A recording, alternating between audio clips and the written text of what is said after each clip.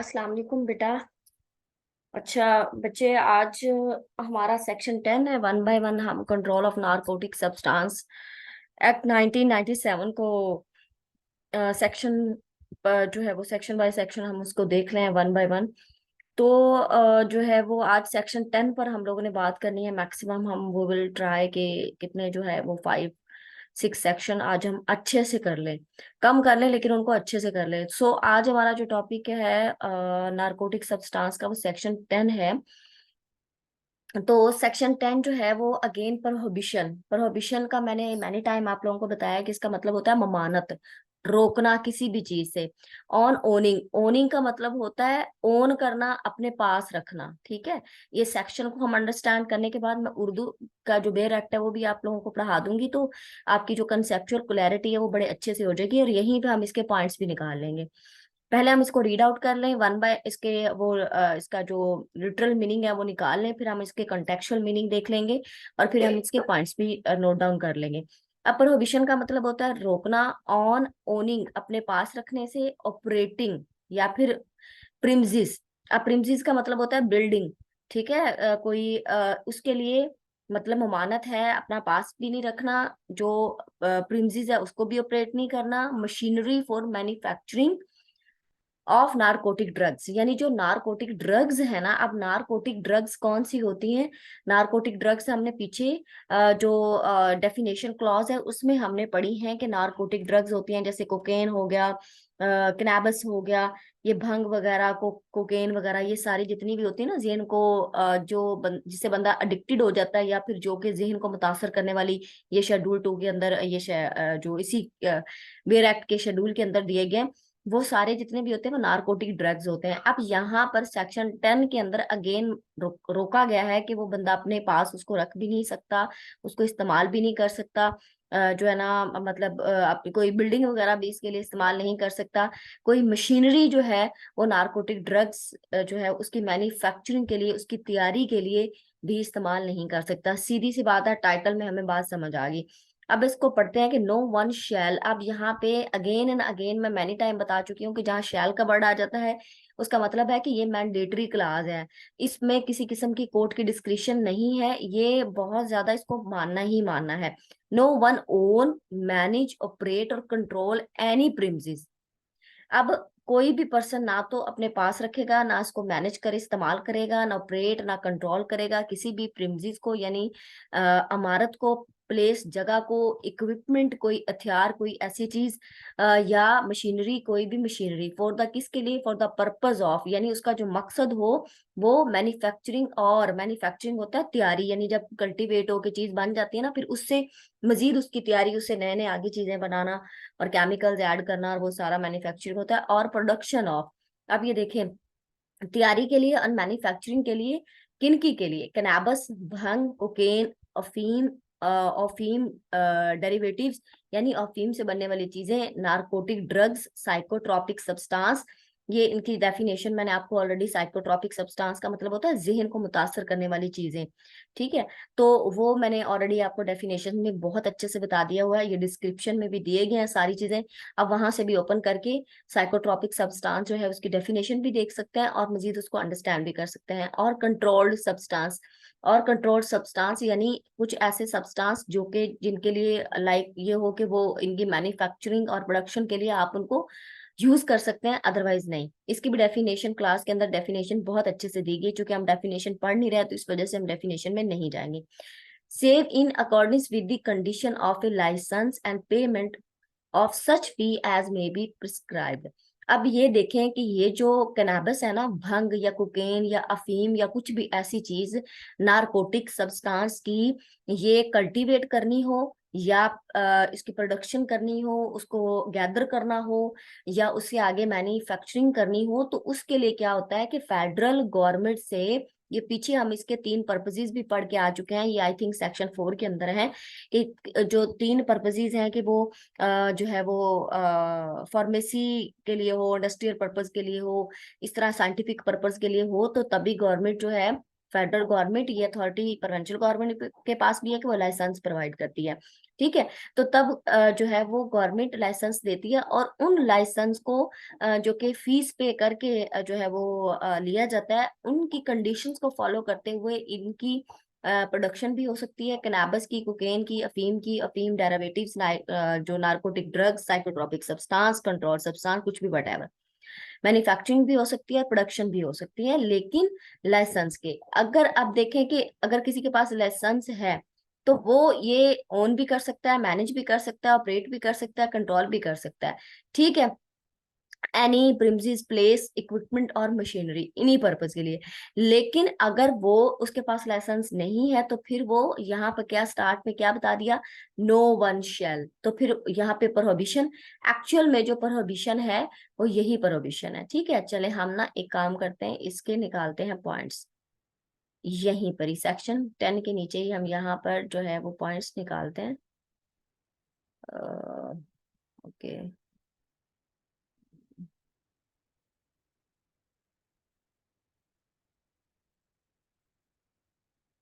अच्छा, अब यहाँ पे प्रोहिबिशन जो है वो किस चीज की है, ये कुछ स्पेलिंग आगे पीछे हो जाए तो इट्स ओके, इसको इग्नोर कीजिएगा क्योंकि समटाइम टाइपिंग के अंदर वो हो जाता है। अच्छा, प्रोहिबिशन किस चीज की है कि अब ये देखें कि जो own, manage, operate or control, किन चीजों को हम नहीं कर सकते, अगर मैं इसकी थोड़ी स्पेस दूं तो किसको, एनी प्रिमिसेस, प्लेस, इक्विपमेंट और मशीनरी। ठीक है, इनको जरा हम इसका फॉन्ट छोटा करते हैं ताकि हमें जो है वो प्रॉब्लम नहीं हो।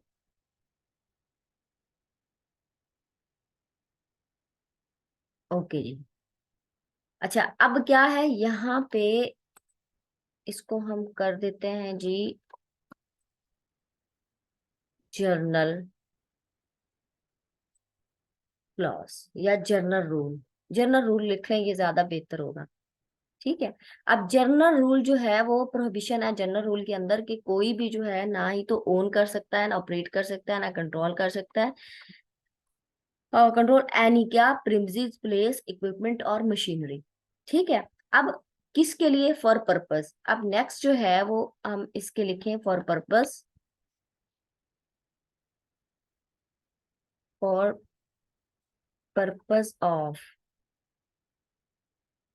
क्या, कैनाबिस, कोकेन,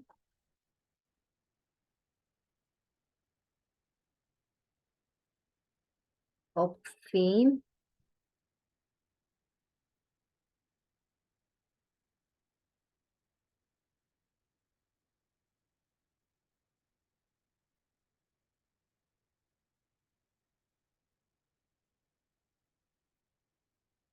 नार्कोटिक ड्रग्स,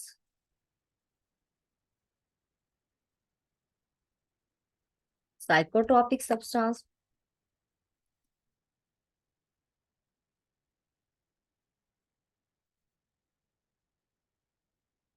और कंट्रोल्ड सब्सटेंस।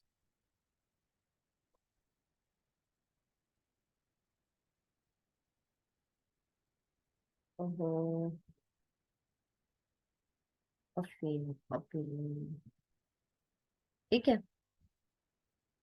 चले, अब ये देखें कि हमने एक प्रिसाइज सी चीज निकाली है इसके अंदर कि, ओके, अब ये जो मैंने स्पेस छोड़ी है ना, इसमें मैं ये जो है वो लगा दूंगी, एरोज वगैरह लगा दूंगी, तो वो फिर जो होंगे वो, बल्कि हम इसको इस तरह से लिख लेते हैं।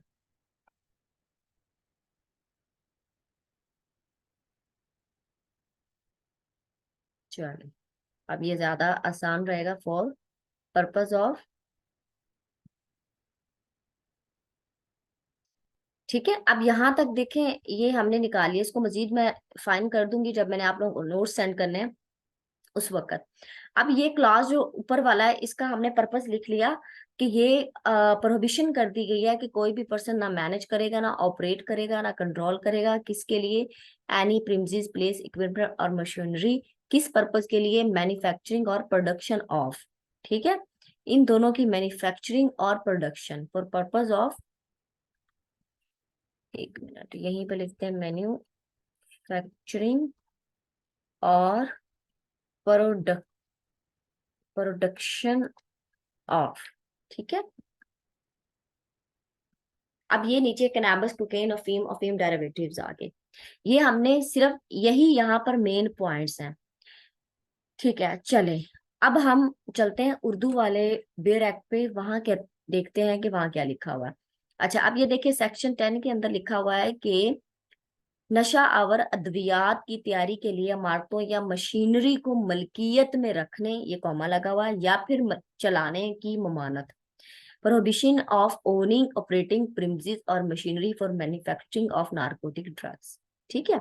चलें अब हम उर्दू में देखते हैं कि क्या लिखा है। कोई भी शख्स, ठीक है, यानी कोई शख्स भी क्या करे, कोई शख्स भी भंग, कोकेन, अफ्यून, अफ्यून से हासिल करदा एशिया, यानी जो अफ्यून डेरिवेटिव्स लिखा हुआ था, नशा और अद्वियात यानी psychotropic substance, sorry narcotic substance, या जहन को मुतासर करने वाली साइकोट्रॉपिक सब्सटेंस, या मुनजबत शय यानी कंट्रोल्ड सब्सटेंस की तैयारी की गरज से इमारतों, जगह, सामान या मशीनरी को क्या करेगा, नो वन शेल। अब यहाँ पर नो वन शेल का मतलब आया है नो वन शेल के को ना अपने पास रखेगा, ना उसका इंतजाम करेगा, ना उसको इस्तेमाल में लाएगा, और ना ही उसकी निगरानी करेगा।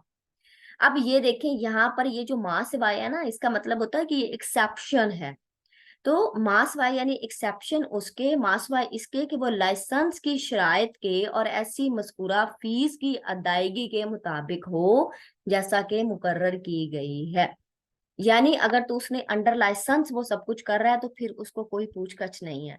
लेकिन अगर उसने फेडरल गवर्नमेंट से लाइसेंस नहीं लिया, या फिर प्रोविंशियल गवर्नमेंट के से जो है वो लाइसेंस नहीं लिया, और फिर वो अफ्यून की, या फिर नारकोटिक सब्सटेंस की, या फिर कैनाबिस की यानी भंग की, कोकेन की, उनको, या फिर जो है वो उनका उनकी इमारतों, जगह, सामान या मशीनरी को इस्तेमाल कर रहा है, किसके लिए, कि इन चीजों को या तो अपने पास रखे, या इनका इंतजाम संभाले, या इनको इस्तेमाल करे, या इनकी निगरानी करे, तो फिर वो सजा का मुस्तहिक होगा।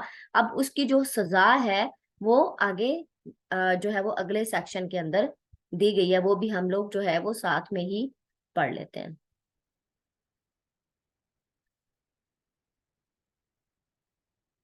ओके, अब यहीं पे जो है वो हम सेक्शन 11 देखते हैं, जिसमें सेक्शन 10 की पनिशमेंट दी गई है, ठीक है।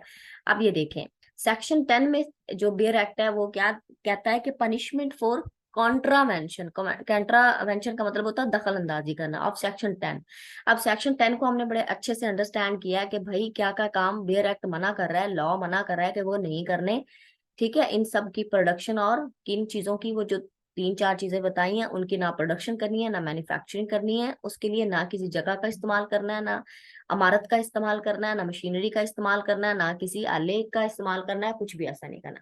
लेकिन अगर कोई पर्सन हु एवर कॉन्ट्रावेन, अगर कोई फिर भी इसकी जो है वो खिलाफ वर्जी करता है, तो फिर क्या होगा, शैल बी। अब यानी शैल बी इसका मतलब है कि वो मैंडेटरी है हर हाल में, be punishable with imprisonment which makes 10 to 25 years, ठीक है। उसकी सजा 25 साल तक हो सकती है, बट शेल नॉट बी, अब शेल अगेन मैंडेटरी बात आ गई, shall not be less than 10 year, यानी वो 25 साल तक जा सकती है, वो कोर्ट की डिस्क्रिशन है, लेकिन 10 साल से बिल्कुल कम नहीं होगी। वो 12 साल हो सकती है, वो 10 साल हो सकती है, वो 11 हो सकती है, वो 20 हो सकती है, 16 हो सकती है, 17, 18, 15 कुछ भी हो सकती है। 25 साल तक जाएगी लेकिन 10 साल से कम नहीं होगी। And shall also be liable to fine. अब शेल ऑल्सो लिखा क्योंकि ये भी मैंडेटरी है, ये नहीं है कि या तो उसको फाइन होगा या सजा, नहीं, फाइन भी होगा, उसको सजा भी होगी, और सजा 25 ईयर तक जा सकती है। लेकिन लेकिन वो नॉट लेस देन 10 ईयर होगी, and which shall not be less than 1 million. अब फाइन की वो कहते हैं कि वो भी लाजमी होगा और वो 1 मिलियन रुपीज से कम नहीं होगा। ठीक है, चले हम एक काम करते हैं, हम सेक्शन जो 11 है ना, इसके भी हम यहाँ पे इम्पोर्टेंट पॉइंट जो है वो आपकी आसानी के लिए मैं निकाल देती हूँ, ताकि आपको एक तो ये कि अंदाजा हो जाए कि जो वेयर एक्ट्स है उसको पढ़ना कैसे है और उससे पॉइंट जो है वो निकालने कैसे हैं। अच्छा, अब मेन पॉइंट्स मैंने हेडिंग दे दी। सबसे पहले कॉन्ट्रावेन हमने मैंडेटरी मैंडेटरी पनिशमेंट, ये देखें। अब हमने पहले ये बता दिया कि भाई मैंडेटरी पनिशमेंट है क्योंकि शैल का वर्ड यूज हुआ है। ठीक है, अब यहाँ पे मैंने mandatory punishment colon may extend to 25 years. ठीक है, but not less than 10 years. ठीक है, अब देखिए हमारे लिए आसानी हो गई। पनिशमेंट मैंडेटरी है, मैंने ये पहले हेडिंग बना दी है। अब लेकिन वो मे एक्सटेंड टू, अब ये कोर्ट की डिस्क्रिप्शन है कि वो 25 साल तक जा सकती है, but shall not not less than 10 year. ठीक है, लेकिन वो 10 ईयर से कम नहीं होगी, ये वाला ध्यान आएगा। ओके, नेक्स्ट क्या है?